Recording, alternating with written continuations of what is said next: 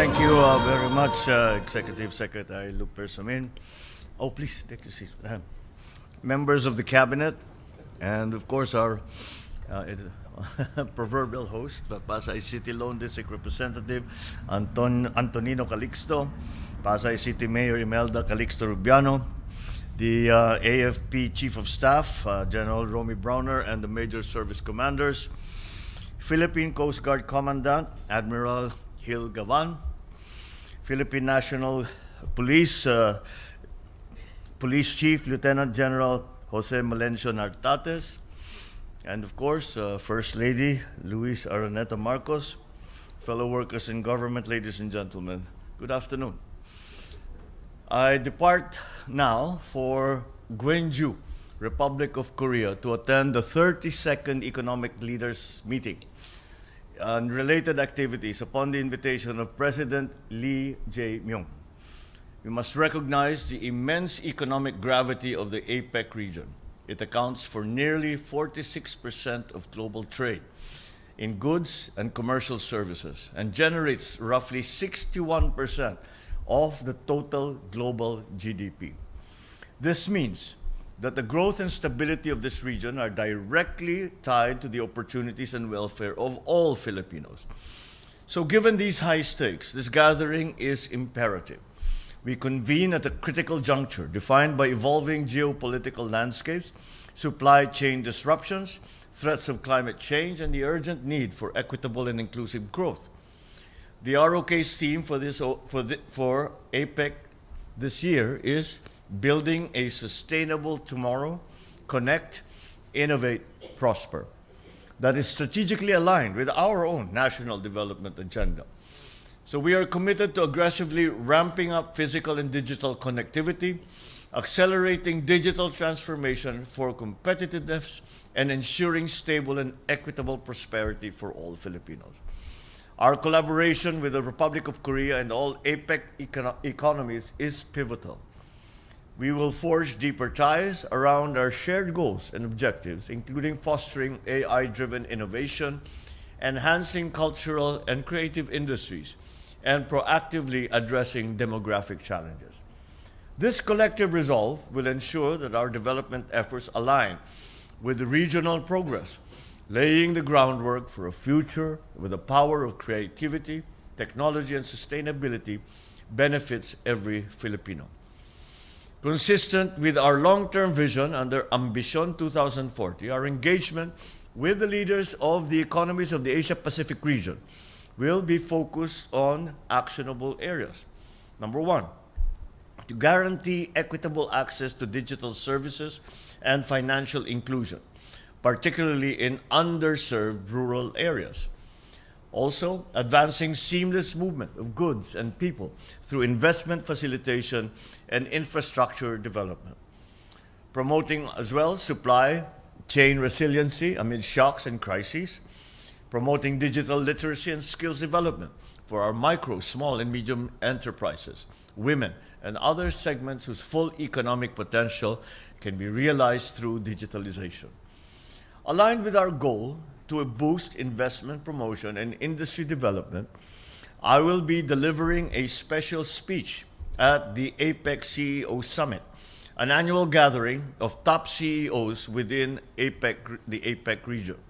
And through this, I intend to showcase the Philippines' commitment to fostering economic partnerships and promoting a favorable business climate, aligned with our government's vision of building a strong, innovation-driven economy. Among others, we will highlight how we are pursuing digital transformation as a core pillar of our development, fully recognizing the potential of new technologies to unlock a more prosperous and resilient future. Coming from the successful 47th ASEAN Summit this week, we will also lobby for stronger collaboration with regional partners, including ASEAN, in driving and achieving our shared objectives for a sustainable, technologically empowered, and inclusive future. As the chair of ASEAN for 2026, our goal is to impart that working silos impede the region's potential.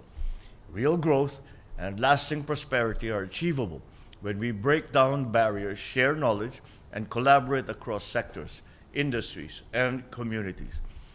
On the sidelines, I look forward to meeting with Korean business leaders to deepen trade ties, attract investment, and strengthen people-to-people cooperation. I want to use this moment to reaffirm a core truth to the international business community. The Philippines is not merely ready. We are a reliable, forward-looking partner in the Asia-Pacific. Invest in the Filipino. I also look forward to meeting our vibrant Filipino community in Busan for the first time, where our fellow countrymen continue to thrive and make meaningful contributions to the city's socio-economic growth, further strengthening the enduring people-to-people ties between the Philippines and the Republic of Korea.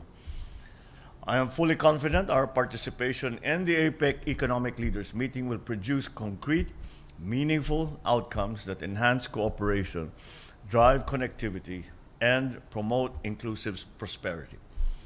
So, alongside our efforts to strengthen the Philippines' regional foothold and attract investment, we continue to cleanse our bureaucracy of corruption, because only a transparent government can build a fair economy. Last October 25, this administration renewed a promise that guides all our actions: to guard every peso entrusted to us and return it to our people in the form of progress they can see and that they can feel. When funds are protected and spent with discipline, prices ease, opportunities grow, and communities thrive.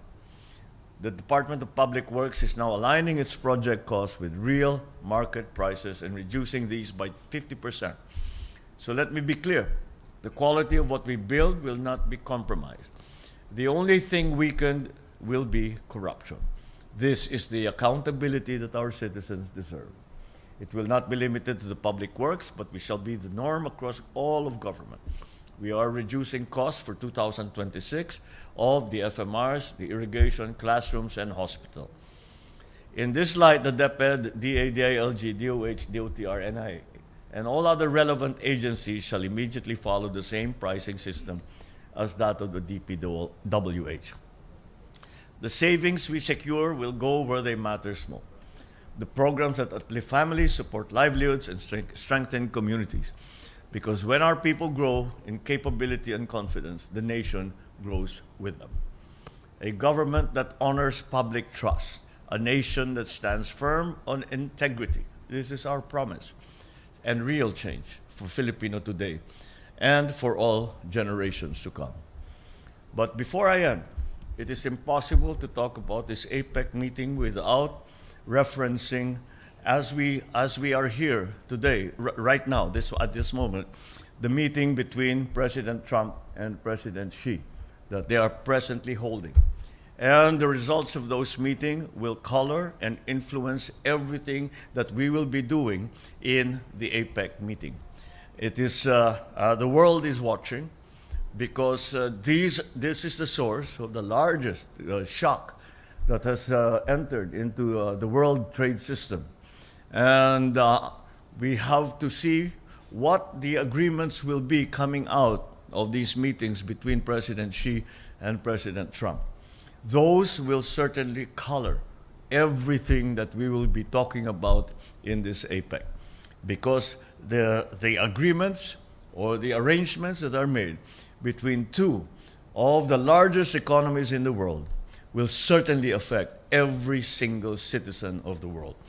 And so that makes this APEC meeting a much different meeting from all the others that we have attended, because on the sidelines are the decisions being made on how trade is going to be conducted, certainly at least between the two largest economies in the world, but with a ripple effect for entire global economy.